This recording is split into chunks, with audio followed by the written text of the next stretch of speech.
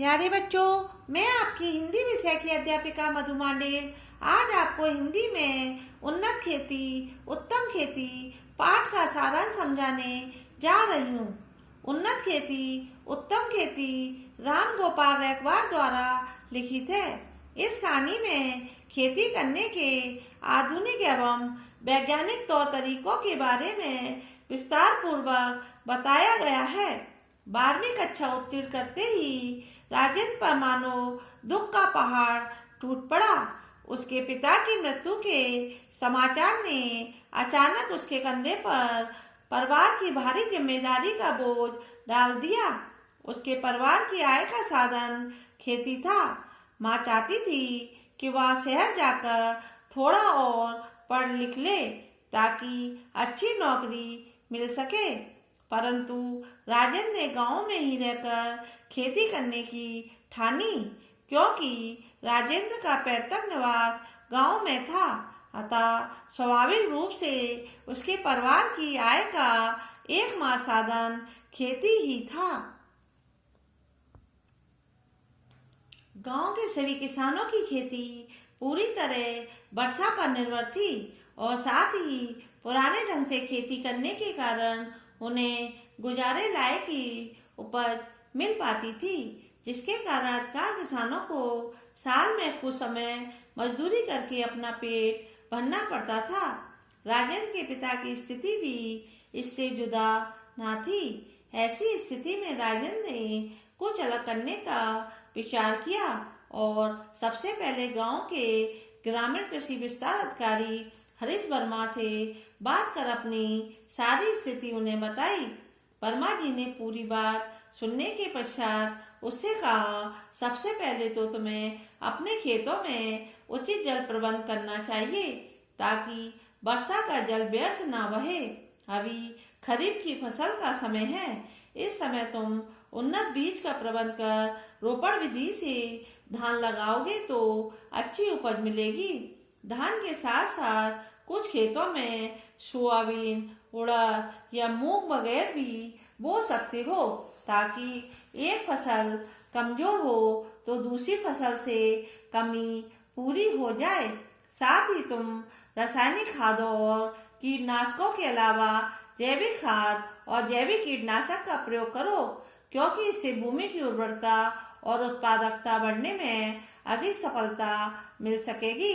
इसके साथ साथ तुम्हें रबी की फसलों के लिए सिंचाई की स्थायी व्यवस्था भी करनी होगी। वर्मा जी की बातें सुनकर राजेंद्र ने कहा, पर इसके लिए तो बहुत अधिक रुपयों की जरूरत पड़ेगी। मेरे पास तो इतने रुपए नहीं है। साथ ही मैं कर्ज के लिए साहूकार के चुंगल में नहीं फंसना चाहता। वर्मा जी ने कहा, ऋण की समस्या तो बैंक से हल हो सकती है। अब तो किसानों को हमारी सरकार की ओर से बहुत सस्ती ब्याज दर पर ऋण मिलने लगा है। कुएं के लिए भी बैंक या ग्राम पंचायत से ऋण एवं अनुदान मिल जाएगा।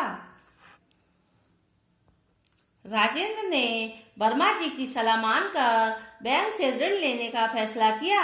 इस संबंध में उसने गांव के दूसरे किसानों से चर्चा की तो उन्होंने उसे एक कान से सुनकर दूसरे कान से उड़ा दिया। एक दो लोगों ने तो राजेंद्र को चेताया भी, अगर कहीं फसल खराब हो गई तो कर्ज चुकाना मुश्किल हो जाएगा, तुम इस चक्कर में मत पड़ो। राजेंद्र ने उन्हें समझाया, ऐसा नहीं है।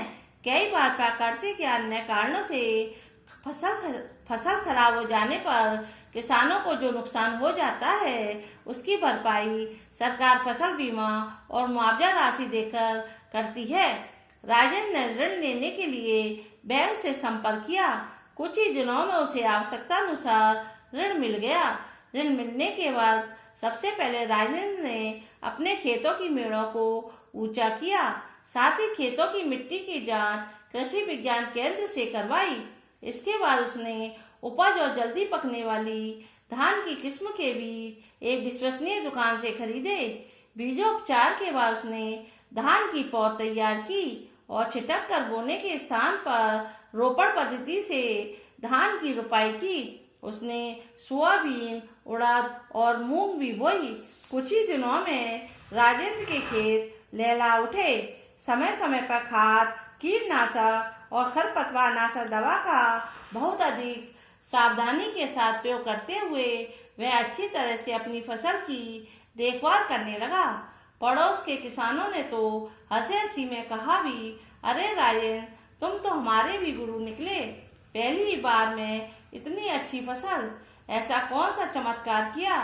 राजेंद्र ने जवाब दिया, अच्छी खेती चमत्कार से नहीं, कड़ी मेहनत, लगन, सही निर्णय व समझदारी से होती है। उसने उन्हें सारी बातें समझाई। किसानों ने कहा, भैया, अगले साल से हम भी तुम्हारी तरह खेती करेंगे। कुछ समय पश्चात फसल की कटाई गहाई के बाद उपज को देखकर सबकी आंखें फटी की फटी रह गईं, क्योंकि इस साल फसल 2 गुनी से भी ज्यादा अच्छी हुई थी। राजेंद्र ने जरूरत के लायक अनाज रखकर बाकी समर्थन मूल्य पर बेच दिया। इससे उसे अच्छी रकम प्राप्त हुई और उसने एक ही बार में सारा ऋण चुका दिया। यह देखकर माँ ने उसे खुशी से चूम लिया और ढेरों आशीर्वाद दिए।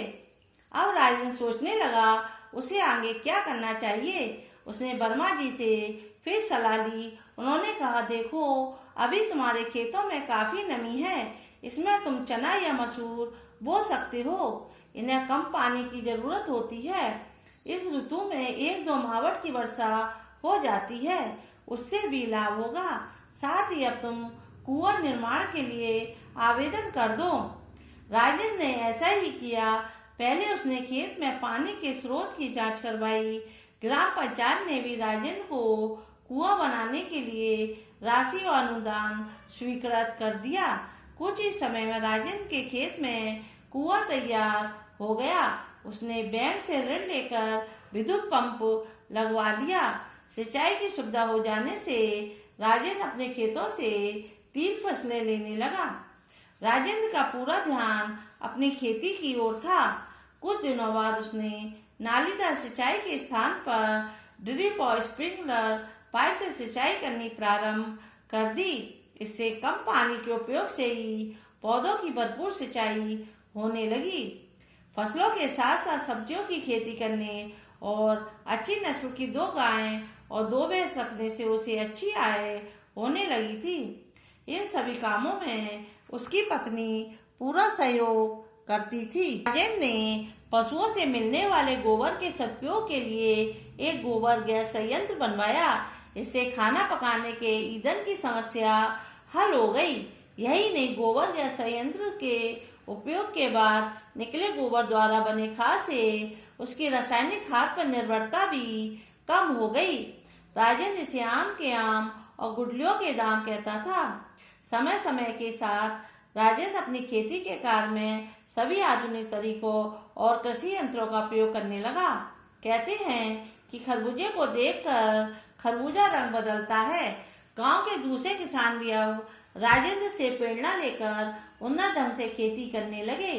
साथ ही गांव वाले ने मधुमक्खी पालन का काम भी शुरू कर दिया, जिससे उन्हें अच्छी आय होने लगी। अब आसपास के गांव के लोग भी बात बात में राजेंद्र का उदाहरण देने लगे थे। एक दिन गांव के सरपंच ने ऐसा समाचार सुनाया कि सारा गांव खुशी से झूम उठा।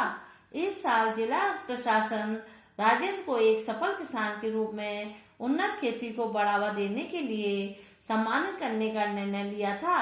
सच, राजेंद्र ने अपनी समझदारी से इस कहावत को सही सिद्ध कर दिखाया। उत्तम खेती मध्यम बान, निकृष्ट चाकरी भीख निदान। बच्चों, इससे संबंधित अभ्यास कार्य भेजा जा चुका है। उसे आप अपनी अभ्यास पुस्तिका में लिखिए और याद कीजिए। घर पर रहिए, सुरक्षित रहिए। धन्यवाद।